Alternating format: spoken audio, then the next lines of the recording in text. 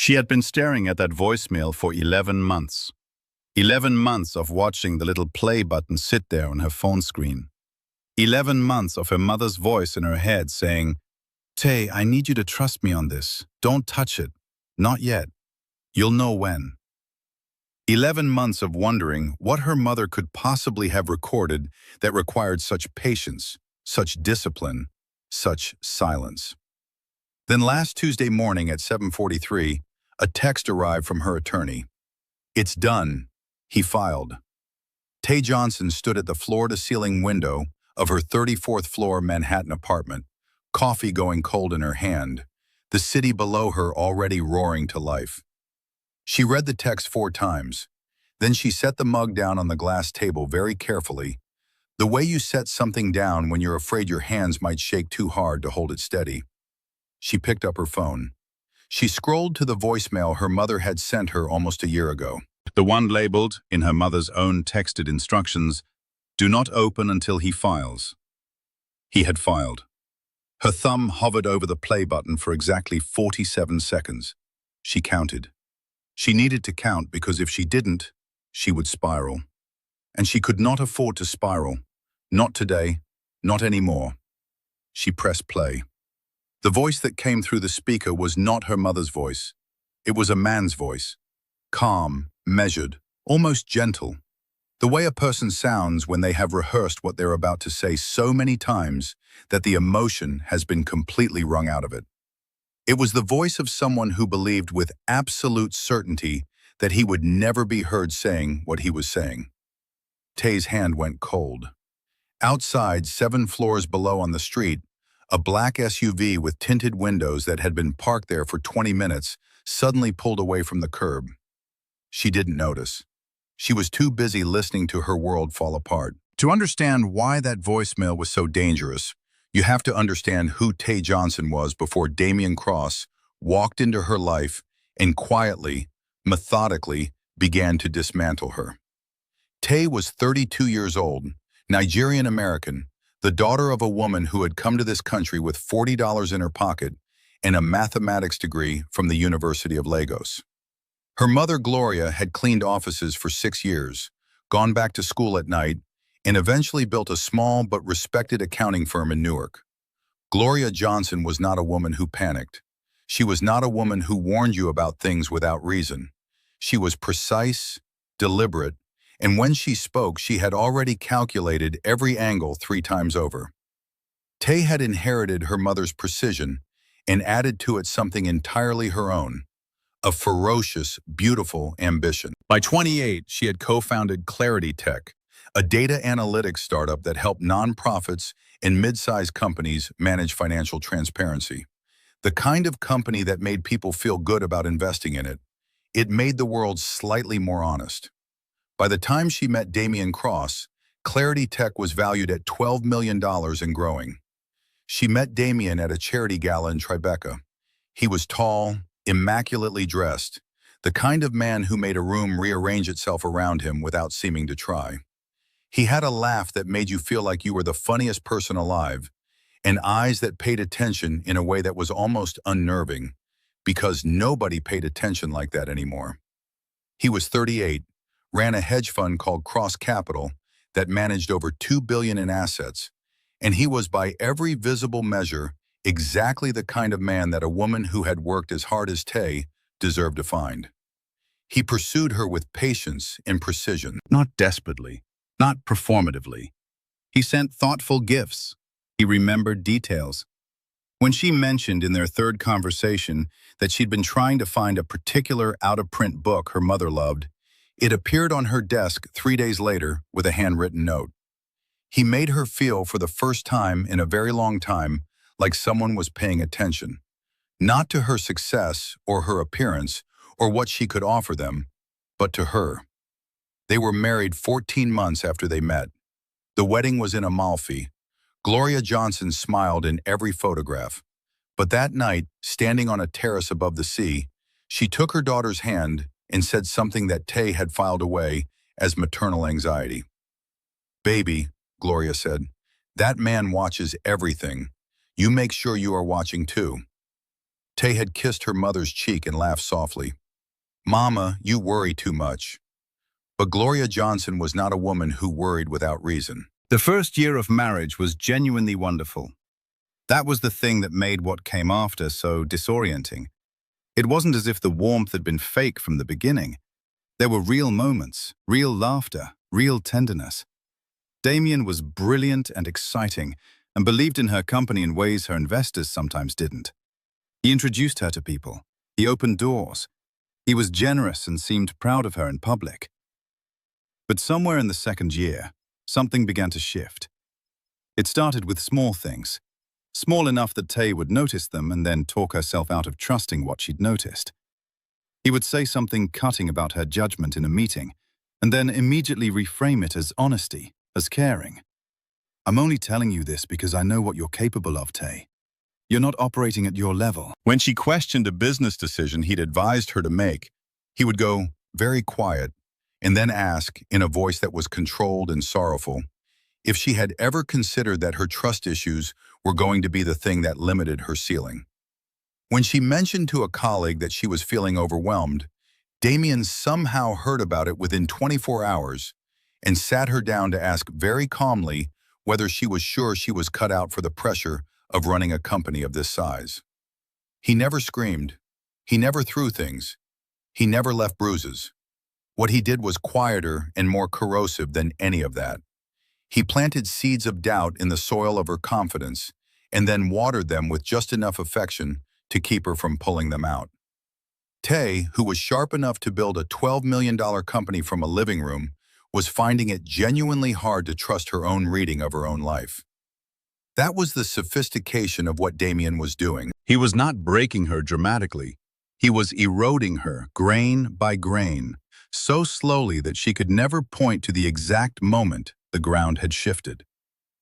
Gloria Johnson had been watching all of this from Newark, with the quiet ferocity of a woman who knows but cannot yet prove. She started making notes in a small green notebook, dates, observations, things her daughter had said on the phone that didn't quite track with what she claimed was fine. She talked to people carefully, selectively. She had an old friend named Vivian who had worked in financial compliance for 20 years and who owed Gloria a favor she had never collected. She asked Vivian to look into Cross Capital, not intrusively, just to look. What Vivian found was not immediately alarming, but it had texture, a pattern of shell companies, a network of investment vehicles with unusual routing, nothing illegal on its face. But Vivian had seen enough fraudulent structures in her career to know that when a financial architecture is built like a maze, someone is usually hiding something at the center. Gloria spent 3 weeks trying to decide what to do. She couldn't go to Tay with rumors and suspicion. Her daughter would defend Damien, not because she was blind, but because she was still trying, still hoping. Gloria knew her daughter. Tay did not abandon things. She fought for them. And right now she was fighting for a marriage that was quietly consuming her.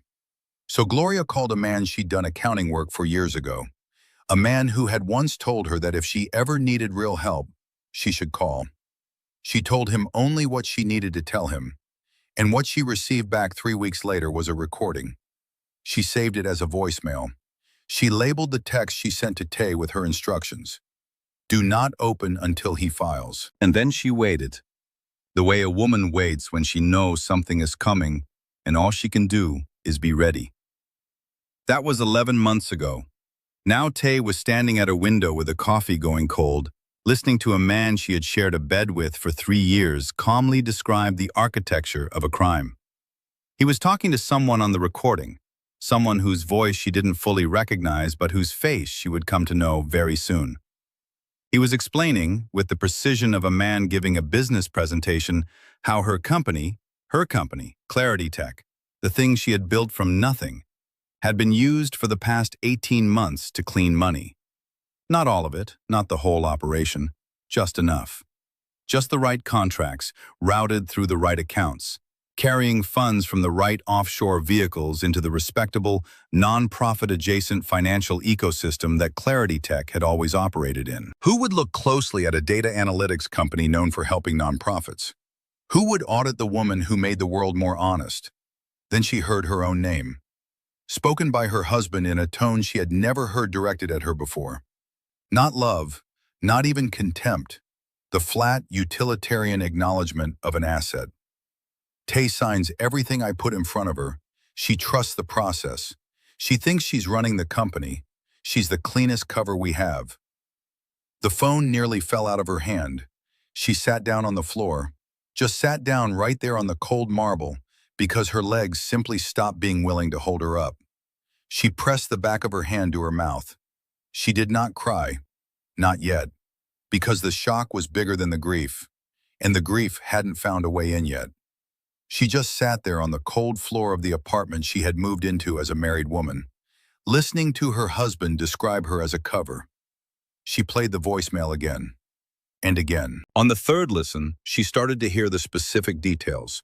Dates, account numbers, a name she didn't recognize, Okafor, a reference to a real estate holding company in Dubai, a reference to a contract Tay had signed in January of last year, a consulting agreement with a firm called Meridian Advisory Group that she had barely thought twice about because Damien had brought it to her and explained it as a partnership opportunity, and she had trusted him. She had trusted him. Her phone buzzed, a text from Damien. Morning, hope you slept okay. My attorney will be in touch about the logistics. Let's keep this clean. She stared at it. Then she got up off the floor, walked to the bathroom, washed her face with cold water, and looked at herself in the mirror for a long time. Then she called her mother. Gloria picked up on the first ring. I heard it, Tay said. There was a pause. I know. Mama, her voice cracked just slightly. How long have you known? About 11 months. Why didn't you?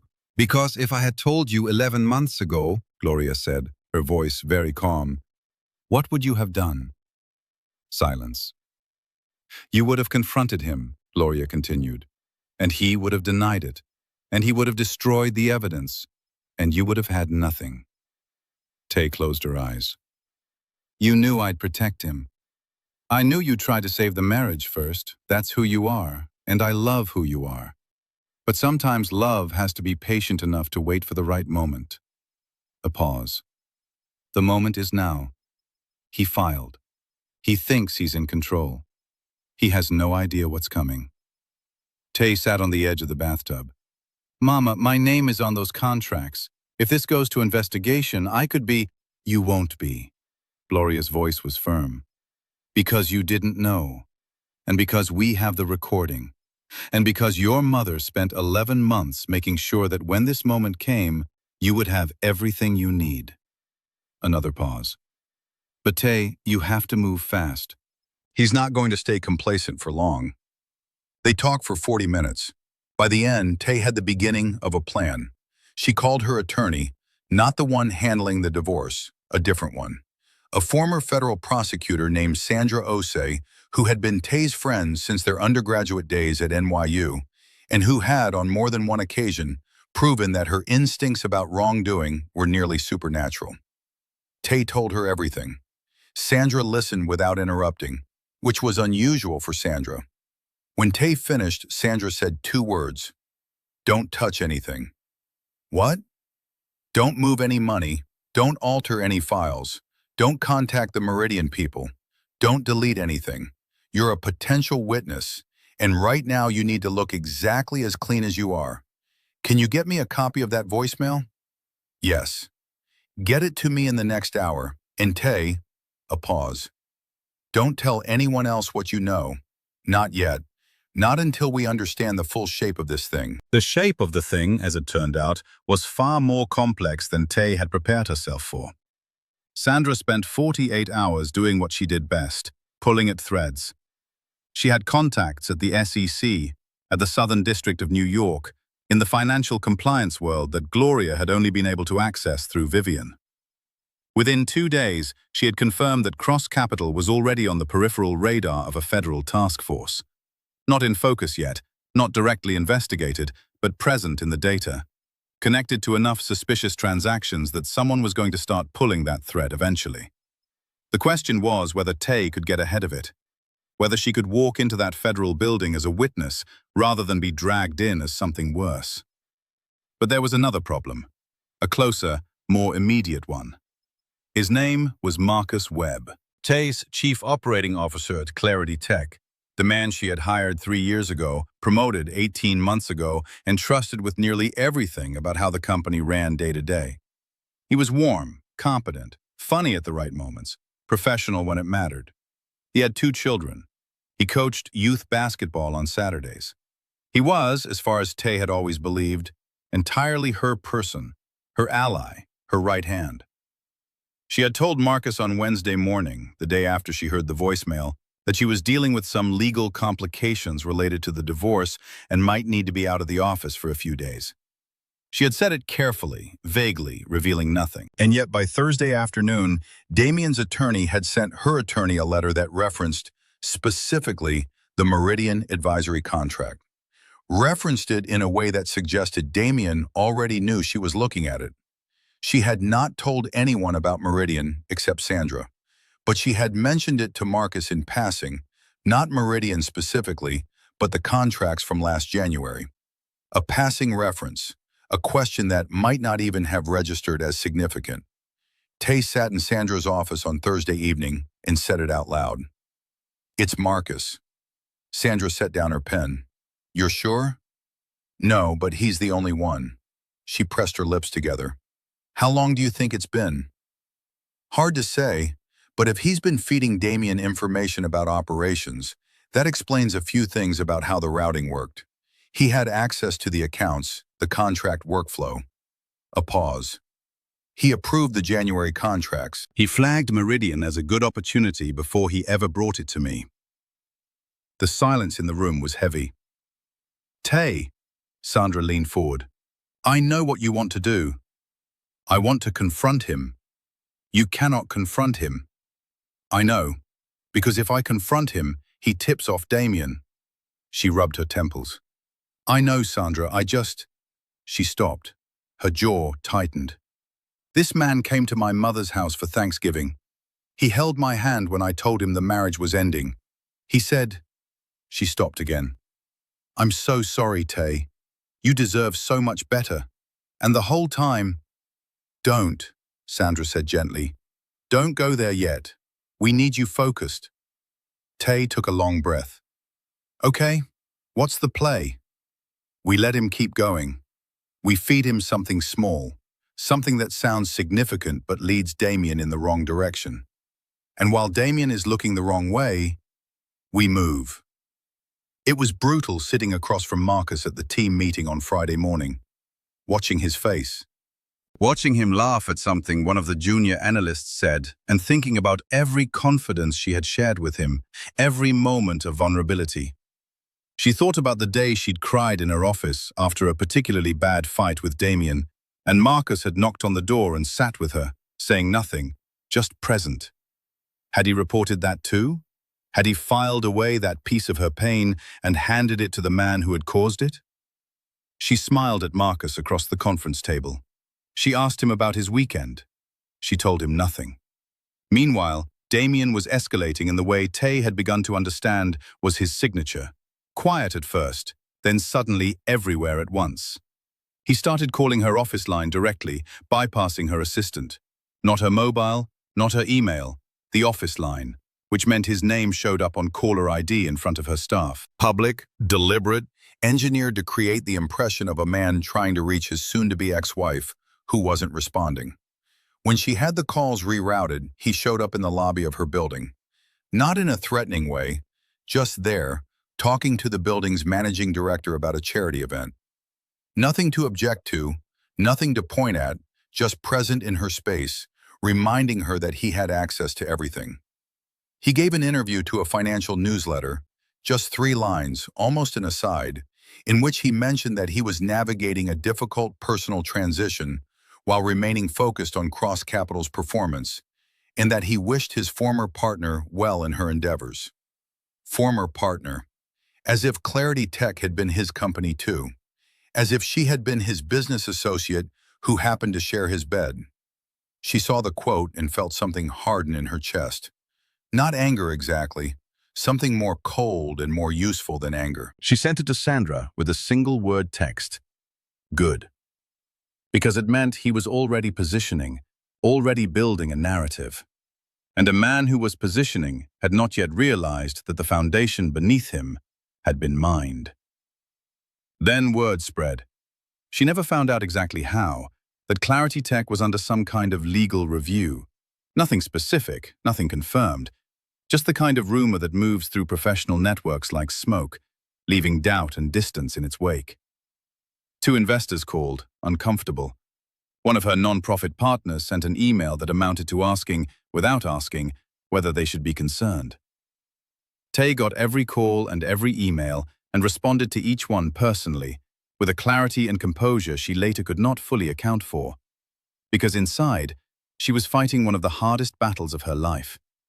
She was being asked to hold steady, while the man she'd married tried to burn the ground beneath her feet. And to hold steady without being able to tell anyone why she knew it was going to be okay. One conversation in the wrong direction, and everything Sandra had spent weeks carefully building could unravel. She called her mother every night. Sometimes she talked, sometimes she just needed to hear Gloria breathing on the other end of the line. "Mama," she said one night, sitting in the dark of her apartment, "when you married him, when I married him, did you know then?" A long pause. "I didn't know," Gloria said. "But I felt something, like a frequency I couldn't quite tune to. Something that told me this man does not give without keeping a ledger." "Why didn't you tell me?" "Because you would have asked me for evidence, and I didn't have any. And because..." A pause. "Because part of me hoped I was wrong. You were so happy, Tay. Those first months, you were so happy. I didn't want to take that from you." Tay pressed her fingers against her eyes. "I signed those contracts, Mama. I know." "There are days I think they're going to come for me." "Stop." Gloria's voice was quiet and absolute. "Listen to me. You built that company with your hands and your mind and your integrity. You were deceived by someone you trusted. That is not a failure of character. That is the consequence of loving the wrong person." A pause. "But you are not going to lose everything. Because you have that recording, and because you did nothing wrong, and because your mother," the voice softened slightly, "your mother has been very patient for a very long time." The break came from a direction Tay hadn't anticipated. Vivian, her mother's old friend, the compliance specialist who had first identified the shell company pattern in Cross Capital, had been quietly continuing her own investigation on Gloria's behalf. In the process, she had uncovered something that nobody had been looking for: a connection between Damien Cross and a woman named Adeze Okafor. The name Okafor had been on the voicemail. Tay had registered it and moved on. But Vivian had pulled the thread. What she found at the end of it was this: Adeze Okafor was not just a business associate of Damien's. She was the daughter of a man who had been the financial director of a Lagos-based investment bank in the late 90s, a period during which Gloria Johnson had briefly done accounting work for a related firm during a visit home to Nigeria. A connection so old and so remote that nobody would have thought to look for it. But Vivian had looked. And what she found was that Damien Cross had not stumbled into Gloria's daughter's life by accident at a charity gala in Tribeca. He had known who Tay was before he walked into that room. Tay was sitting in Sandra's office when this information arrived. She read Vivian's email, read it again, sat very still for a moment. Then she said in a voice that sounded almost nothing like her own, "He targeted me." Sandra didn't say anything. "He came for me specifically because of Clarity Tech, because of what my company does, the access it gives, the respectability it provides. He built a whole relationship." She stopped. Her voice was incredibly steady and incredibly brittle at the same time, like ice over a deep current.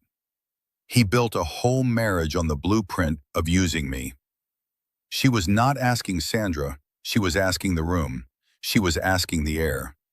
Sandra waited. Tay sat with it for a long minute, and then something changed in her face. Not peace exactly. Resolution. The kind that comes when you stop hoping the truth will turn out to be different than it is, and you accept the shape of it, and you decide that you are going to be the person who handles it. Okay, she said. When do we go in? Sandra looked at her. You're sure? I have been sure since the morning I heard that voicemail. I've just been waiting for us to be ready. Are we ready? We're ready. 3 days later, Tay walked into the offices of the Southern District of New York with Sandra Osei at her side and a flash drive in her hand. On it, the voicemail, Gloria's documentation, Vivian's compliance analysis, a paper trail that Sandra's team had spent 3 weeks quietly assembling. She had told no one, not her staff, not her investors, not Marcus, especially not Marcus. She walked in. She sat down across from a federal prosecutor who had been pulling at the edges of Cross Capital for 8 months. She placed the flash drive on the table and said, I think I have what you've been looking for. The prosecutor looked at the drive, looked at her, said, Tell me everything. She told him everything. 2 weeks later, federal agents walked into the offices of Cross Capital at 7 in the morning. Damien was at his desk. She found out later that he was on a call with Dubai when they came in. He had been, by all accounts, completely confident, spending weeks positioning, maneuvering, feeding misinformation through Marcus, running a public narrative campaign designed to undermine her credibility before she could act. He had not imagined that she had already acted. He was arrested and charged with 12 counts, including wire fraud, money laundering, and obstruction. The indictment ran to 41 pages. Cross Capital was placed under receivership. The Okafor network, which extended across 3 countries and nearly a decade, began to unravel with the speed that these things do once one thread is pulled hard enough. Marcus Webb resigned from Clarity Tech that same morning. He sent a single email. I'm sorry, Tay. She read it twice. Then she archived it and never responded. There were hard weeks after the arrest. Investigations are not clean, and they are not quick. Even as a cooperating witness, even with her integrity intact, Tay spent months answering questions, providing documents, watching her company's name appear in coverage she hadn't wanted and couldn't control. She lost 2 clients. She gained 3 more who came specifically because of what she had done. Because the story of a woman who refused to go down with a fraudulent structure and walked into federal court instead was for certain kinds of partners exactly the kind of character reference they were looking for. She rebuilt. Not quickly, not without pain. There were nights she sat in her apartment and felt the absence of the life she thought she was building. Not Damien specifically, but the idea of that life, the version of the future she'd been promised and had given years of herself to believe in. That grief was real, and she didn't rush it. She called her mother every night. One evening, about 4 months after the arrest, she said, Mama, I need to ask you something. Okay. When you recorded that voicemail, when you set the whole thing up, were you scared? A long pause. Terrified, Gloria said quietly. Of what? Of being wrong. Of having your marriage end because of something I did. Of you hating me for it. A pause. Of what he might do if he found out. But you did it anyway. You were my daughter, Gloria said simply. What was I going to do, watch? Tay laughed softly, for the first time in what felt like a very long time. You know what I keep thinking about? She said.